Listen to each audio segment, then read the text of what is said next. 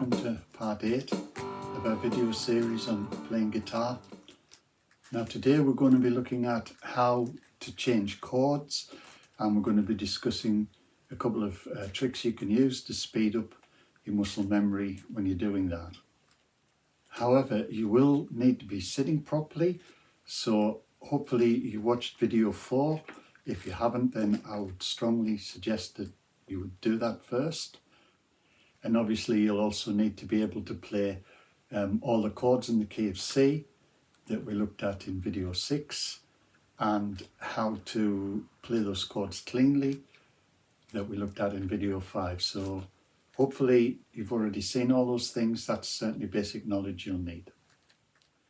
Now you might also remember that in the previous video, video 7, one of the little exercises that we looked at was learning the notes on the bass string, just the naturals, not the incidentals as they're called. So that's just the A, B, C, D, E, F and G notes. And we started at E because our bass string played open is an E note. So that was E, 1 fret to F, 2 frets to G. We reached the end of our musical alphabet. We went back to A, B, 1 fret to C, 2 to D, and then we were back to E, an octave higher, and we discussed what an octave was. So hopefully you've been doing that at the beginning of each practice session. And what we need to do now is to do the same thing with the other strings. So remember, the way this works, it just goes A, B, C, D, F, G, round and round and round in circles, getting higher and higher as we go.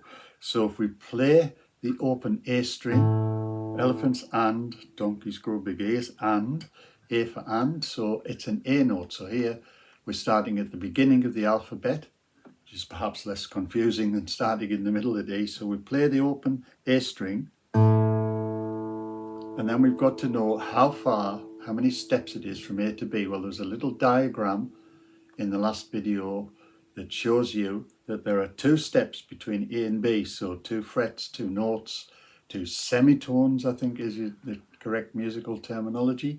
But anyway, we go up 2 frets, and that's a B, A, B, follow the alphabet, 1 to C, 2 to D, 2 to E, 1 to F. We always have to remember B to C, and E to F is only 1 step or 1 fret, 1 note, 2 notes to G, and then we're at the end of our musical alphabet, so we go back to A again, and we should always end up at the 12th fret, which on your guitar will almost certainly have 2 dots on it. And don't forget, those 2 dots are on the top edge of the guitar as well, so you don't need to lean your guitar backwards while you play. You can see those dots there. So we play up A, B, C, D, E, F, G and back to A again. And then what we want to do is reverse that and play back down. It's all the more difficult saying the alphabet backwards. So that's an A, and then we're straight back to G, confusingly enough.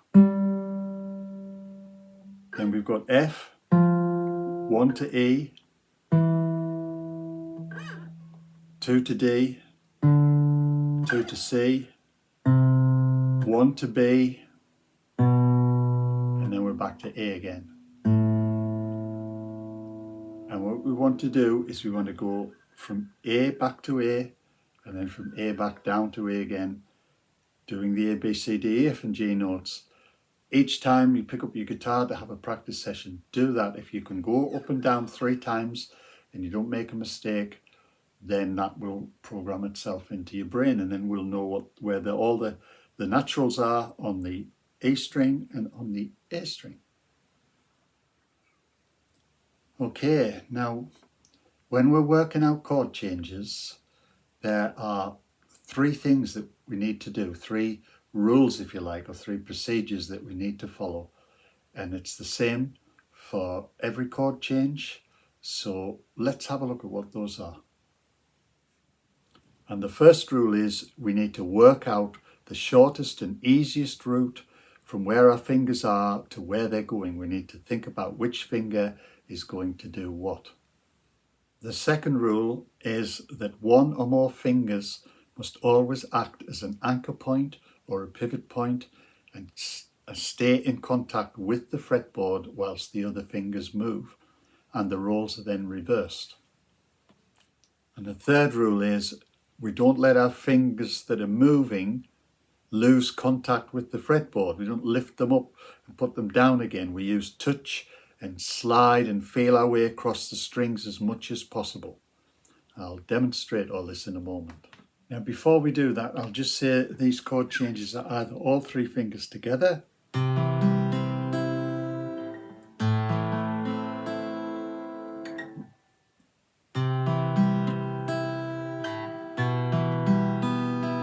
or one finger and then the other two fingers. One finger and then the other two fingers. One finger and then the other two fingers. We never change one finger at a time. 1, 2, 3. That's far too slow. And we never change all three fingers together to start with, because that's very confusing to your brain to think where three different fingers are going to go. It's better to break it down into one finger and then two fingers, two movements. It's easier for you to think of to start with, and eventually it will speed up and it'll all become one movement. Okay, well, let's look at perhaps the simplest chord change, the easiest chord change in all of guitar playing, and that's from a C chord to an A minor chord. Now, if you're not familiar with these chord shapes yet, that's fine. You need to stick with video 6 for a while until you know the shapes without thinking about it, really.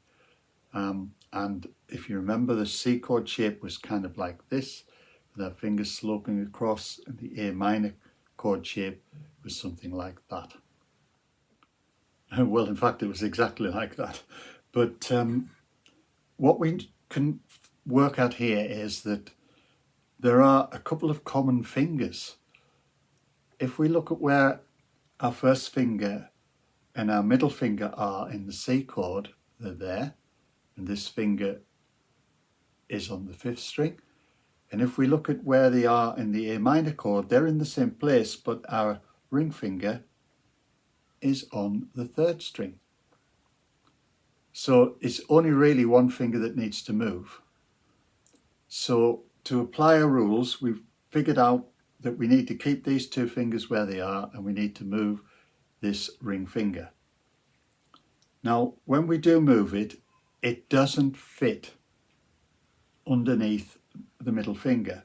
So we need to slide the middle finger back in order to make room for it to go onto the 3rd string. So this can all be done in one movement.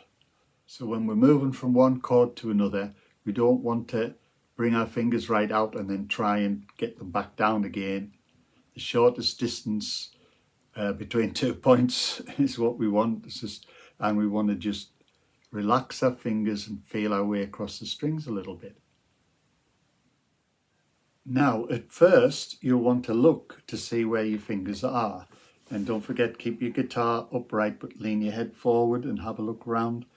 See where your fingers are, what this movement is. I'm trying to keep this finger still. I'm trying to slide that one. I'm trying to, at the same time, reach out and reach across with my 3rd finger. Now, once you think you've got that, and by all means you can check if the chords are playing correctly. Make sure that the strings are all ringing out. If not, then you haven't got them quite accurately enough. But once you think you've got that, I'm going to give you a very powerful technique for speeding up your muscle memory and really programming these things into your brain. Now, I find it hard to convince people about this, but what you need to do is close your eyes and practice the changes with your eyes closed. And normally when I say that to people, they'll say, well, we'll look away, and they look over there somewhere. But that doesn't work, because vision is not actually in your eyes, it's in your brain. And while you're looking over there, okay, you're not looking at your fingers, but the part of your brain that deals with sight is still engaged. When you close your eyes, you turn into a blind man. Now, you should try this.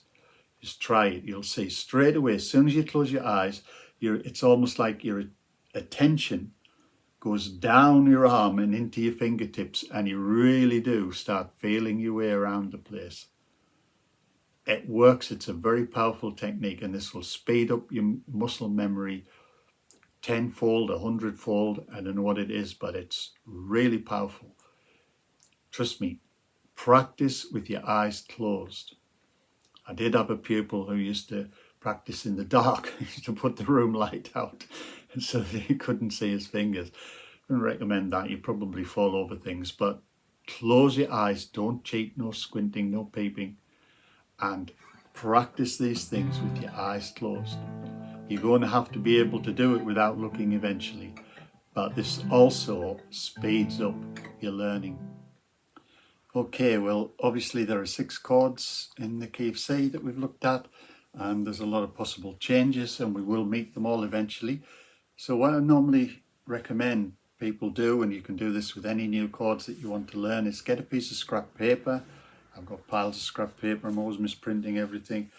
We draw a circle on the piece of paper, and we write the chord that we want, that we already know. So we already know a C chord on the edge of the circle, and we write the new chord that we want to learn in the middle of the circle, and we draw a line between the two, and we practice back and forward across that line, C to A minor, C to A minor. Okay, fairly simple. Now, once we can do that, we put the C and the A minor on the edge of the circle, because those are 2 chords that we know, and then we want to know a G7 chord. So we put the G7, the new chord, in the middle. We draw a line to the 2 known chords, and we practice C to G7, G7 to A minor, practice back and forward across the spokes of the wheel. Now we've got our G7 chord sorted out, so we draw another circle. We put C, A minor and G7 on the edge of the circle, and then let's say the new chord that we want to learn is E minor. So we put the E minor in the middle. We draw the spokes of the wheel, as it were, to the 3 chords that we already know, and we practice C to A minor, back and forward, E minor to C, E minor to A minor and back again, E minor to G7 and back again. And eventually that will cover every possible chord combination, every possible change. But since it's Be Kind to Pupils Week, if you want to be lazy and you don't want to work all that out yourself, you can simply copy down or take a screenshot. These are all the possible changes in the key of C. Now I'd recommend just taking maybe 2 or 3 of them each time you have a practice session, and figuring them out and gradually build up until you've got them all sorted. But I'll go through each of these changes for you in the rest of the video. It'd be a bit boring to watch it all at once, but I'll label each change, and I'll put the timetable in the comment section below, which you just click more, you'll see which one's where, and then you can just go straight to the particular change that you're interested in and see how I would do it. Alright, well, we've looked at the change from C to A minor already, so let's do the next one on that list, which was C to E minor. Now, the first thing I'm going to look for here is, have I got a common finger? Well, this note that I'm playing on my first finger isn't in E minor. This is E minor, if you remember these. 5th and 4th string at the 2nd fret. And this finger isn't in the right place. But as it happens, this middle finger is on one of those notes. So instead of playing with those 2 fingers this time, I did say when we first looked at these chords in the key of C that it depended where we were coming from, which 2 fingers we'd use. So what I would say is, let's leave this finger where it is and let's just move this first finger from the second string to the fifth string and just lose that finger, get rid of it.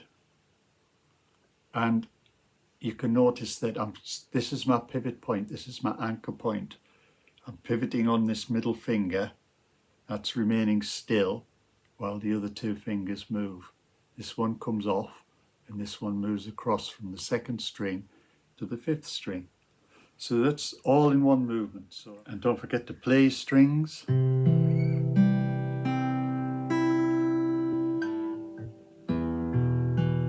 you can play all 6 strings when you play A minor chord, don't forget. And once you've got that movement, close your eyes and practice it back and forward. Now the next one on the list was C to D minor. And so far all we've been doing is a one movement change, but this is going to require 2 movements because none of the fingers in the C chord are common with any of the fingers in the D minor chord. So what we need to do is we need to keep these 2 fingers still, the middle and ring finger, that's our anchor point, and we need to move our first finger across, we're in the C chord, from the second string to the first string. So that's the first movement.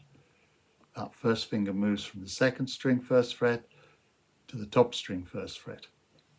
Now once we've got there, this finger then grips tightly and these ones relax. This is now our anchor point, while those 2 fingers move to the second fret third string and the 3rd fret second string.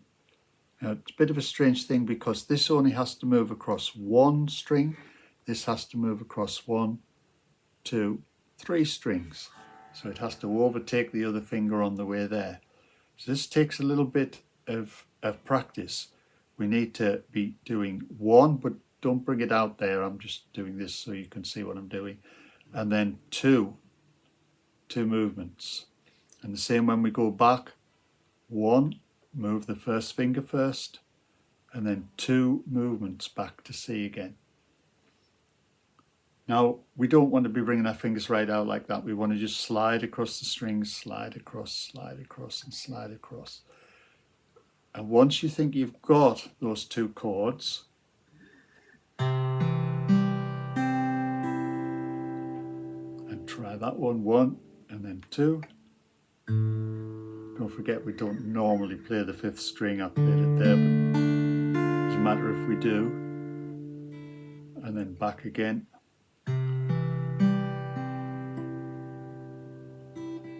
Something wrong there, so we need to check it. Okay, we've got them both clean now. Once you can do that, then close your eyes and practice the change. Don't forget 1, 2, first finger first, and the other 2 fingers follow. Grip with your first finger, relax these 2 fingers, move them. Grip with those 2 fingers, relax your first finger, move it. Grip with your first finger, relax those 2 fingers and move them.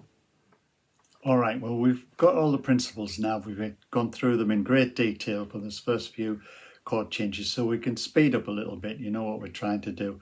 And let's have a look at the change between C and G7. Now again, there's no common fingers to these 2 chords, so it's a 2 movement chord change. So what we want to do is use these 2 fingers. We're in our C chord starting position. Use these 2 fingers as our anchor point and move the first finger from the second string first fret to the top string first fret. That's all it is. Keep those 2 the same. So now we've got our first finger moved across there. Now we grip with our first finger now and we move these 2 fingers across to the bass 2 strings. So instead of being on 4 and 5, they're on 5 and 6. But they're at the same frets, so there's actually a very similar shape there. It can be a very fast change, this. 1, 2, and back again, 1, 2. First finger first, the other 2 fingers follow. First finger back, the other 2 fingers follow. So that's your C chord, 1, 2, and your G7 chord, and back to C again. And go back and forward between the two, as we've said over the previous chord changes, with your eyes closed, and that'll help to program that in. Now I'll just take the opportunity to say as well that, like a lot of these chord changes, when we're moving two fingers, I always think of it as flying formation. They have to move together, and it's very difficult because when you move them, one tends to move too far or not as far as the other. To keep them in exactly the same shape relative to each other and move them together is actually quite a difficult thing to do, but it's something we need to learn. We move the one finger independently, and the other two fingers have to keep formation as they move around. You'll see the same thing when we go to the F chord, which is what we're going to do next. Those two fingers need to stay as if they're taped together. In fact, it'd probably be a good idea if we could tape them together and just imagine that they've got a piece of sellotape around them and they stay in exactly the same shape. So here we are with the F chord. We start with the C shape, and what do? Well, this time it's not a case of moving this finger, it's a case of this finger has to lie down. So basically it's standing up on the second string at the first fret, and it just has to lie down across the two strings, the first and second string, both at the first fret. That's the first movement. These two fingers have to fly in formation, as we said before. Instead of going that away towards the bass string, they're going that away towards the treble strings. They move together again as if they're fastened together, and they stay in that same shape. So we lie that finger down, that's one. Move those two fingers, that's two. When we go back, we stand that finger up. It just wants to be now not across both strings, but just standing up on the second string, and back to C by moving those two. So you can see why I've picked this key to start with, because a lot of songs will just be in those three major chords in the key of C. If they don't have a minor chord in, then it's C, F and G7. So C, we go to F, we go back to C, we go to G7. It's very similar shape, so it's quite a fast change. Now that's all the changes from C to the other 5 chords in the key. So let's have a look at the changes from G7 to some of the other chords. Now we'll motor along a little bit. First thing we need to do is to see if there are any common fingers. Now this is G7 and this is E minor. This finger is common to both chords. There's the 5th string, 2nd fret, with our middle finger. Now remember, when we went from C to E minor, we used our first finger on that 5th string because we had a common finger in the middle here. Well, now we have a common finger in our middle finger, so we're going to use those two fingers. That's what I said initially. It depends which chord you're changing from. So the way to get here, all in one movement, is to lift the first finger and at the same time move this ring finger underneath the middle finger on the 4th string. But we need to slide the middle finger back to just relax the pressure on it a little bit. So lifting this finger off, relaxing the pressure on this finger, sliding it back and tucking that finger underneath. It's got to go across 2 strings and find its way to the 4th string, 2nd fret. So G7, it's all one movement. Putting it back down again, slide up, put that finger back down and that finger back down. And that's a little bit tricky, putting them back down in the right place. We'll tend to put them back down here or somewhere. It's not ideal. So again, what we need to do is practice this with our eyes closed, and you can feel when you're up against the fret, and then just slide back slightly, don't go that far. Okay, moving right along, let's have a look at G7 to D minor. Now we have a common finger, it's this first finger. This is a G7 shape and this is your D minor shape. So the first 1, 1, 1, first finger, first string, first fret. So we're right out here with these two fingers. What's got to happen is we just leave this finger where it is, and these two fingers both move together. They're flying in formation, but this one's overtaking that one. That has to go across 1, 2 strings. This has to go across 1, 2, 3, 4 strings. It's quite a long way to go. And when we go back, the same thing. This one has to overtake that one on the way back to the bass string. So it's quite difficult to hit. Now, if we come out here, we're going to land in the wrong place. We're never going to get it right. What you've got to do is just let your fingers go across the strings, kind of keep them in touch, and do that with your eyes closed. It will really help you to keep in touch with those strings. So G7 to A minor. Now, there are no common fingers here. So what we need to do is move our first finger from the top string to the second string, still at the first fret. And then these two fingers need to move together. This one overtaking that one on the way to the A minor position. This one has to move back a little bit to make room for that one. When we go back, it's first finger first, nearly always first finger first. And then those two fingers, again, this one has to stretch out and overtake that one on the way there. First finger first, into the A minor, first finger first, into the G7. And again, you need to be practicing that with your eyes closed. Now G7 to F, very similar procedures that we use from G7 to C, but we need to lie the first finger down. It's standing up on the first string. It needs to go across the two strings. And this time, these two fingers have quite a long way to move. They're only there to C, but right to there for F. So they've got to go across 1, 2 strings, and they've got to fly absolutely in strict formation and keep the same shape. So lie that finger down, move that from the 6th and 5th string to the 4th and 3rd string. And then when we go back, stand that finger up 1, 1, 1 and go across 2 strings to the bass. So that's our F chord and that's our G7 chord. First finger first, other two fingers follow, first finger first, other two fingers follow.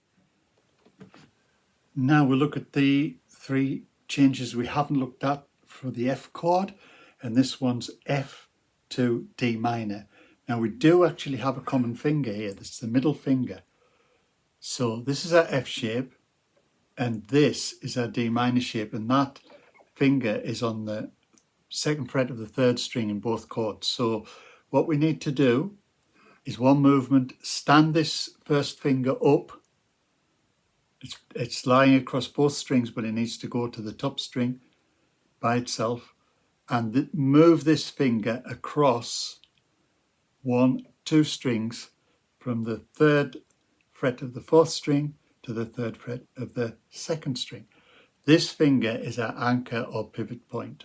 Now when we go back from the D minor chord, we lie that finger down. This finger stays still. This is our anchor or pivot point. And we move this finger across 2 strings from 2, 3 to 4, still at the same fret. But it's all one movement and one movement. This finger remains our anchor point at all times. Okay, we're getting there. Now we'll have a look at F to A minor. I start in the F position. There are no common fingers. Yes, this finger is on one of the notes in the A minor chord, but it's not suitable to have our hands that way around. So we're going to have to move it. So what we do is we stand up, first finger first again, instead of lying across the 2 strings just on the 2nd string. And then these 2 fingers have to swap places. They're both going to be at the 2nd fret, but this has got to move from the 3rd string to the 4th string, and this has got to move from the 4th string to the 3rd string. So there's a bit of a swap around there. When we go back again from the A minor chord, we lie that finger down and we swap those 2 fingers round. I notice this again is 2 movements: stand up, swap around, lie down and swap around. And the last F change we need to look at is F to E minor. Now, there's quite a lot of ways of doing that. We've got to get from this to this. So without letting go of the fingerboard, it's a little bit tricky. What I would do is I would keep my first finger as the pivot point, but I would slide it back a little bit. And then I would let these two fingers swap places, as we did with the previous chord, go onto the E minor shape and then lose my first finger. And when I was going back, I'd reverse that, put my first finger down across those top two strings. And as I was moving that, I'd slide up into position. So it'd be kind of a bit like that. That's how I'd do it, just so that I can keep hold of the fingerboard. Okay, 3 more possible changes to do, and this one is A minor to E minor. This is a wonderful change. Very easy to do as well. Here's that A minor shape. Now these two fingers are in that shape on the A minor chord, and they just want to be in the same shape on the E minor chord. So basically, we'll just keep the first finger where it is. That's our anchor point. Hop those two fingers across in shape, tie them together with a piece of string, sellotape, and just hop them like that, both together. Keep them touching and lose that finger. There's that E minor shape. Now, don't take that finger too far away if you're going back. I'm just doing that so you can see what I'm doing. I just lift it off a little bit, put it back down again, and then hop those two across. So it's hop across, lose your first finger, put your first finger back down, hop back again. In fact, it's a very dramatic chord change. You might like to try it.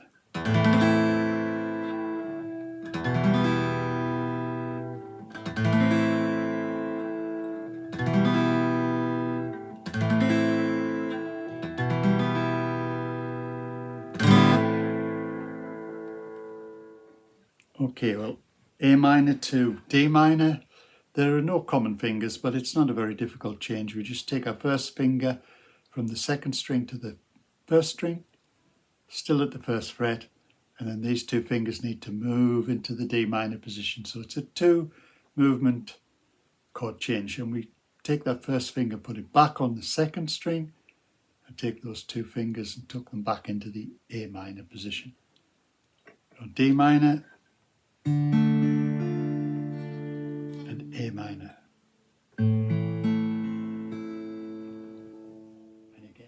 Okay, so this is our last possible change in the key of C. It's E minor to D minor. And let's assume that we're starting with these 2 fingers in the E minor position. It's not a difficult change. It's a long way to move, but it's quite easy. All we do is put our first finger down, 1, 1, 1, first finger, first string, first fret.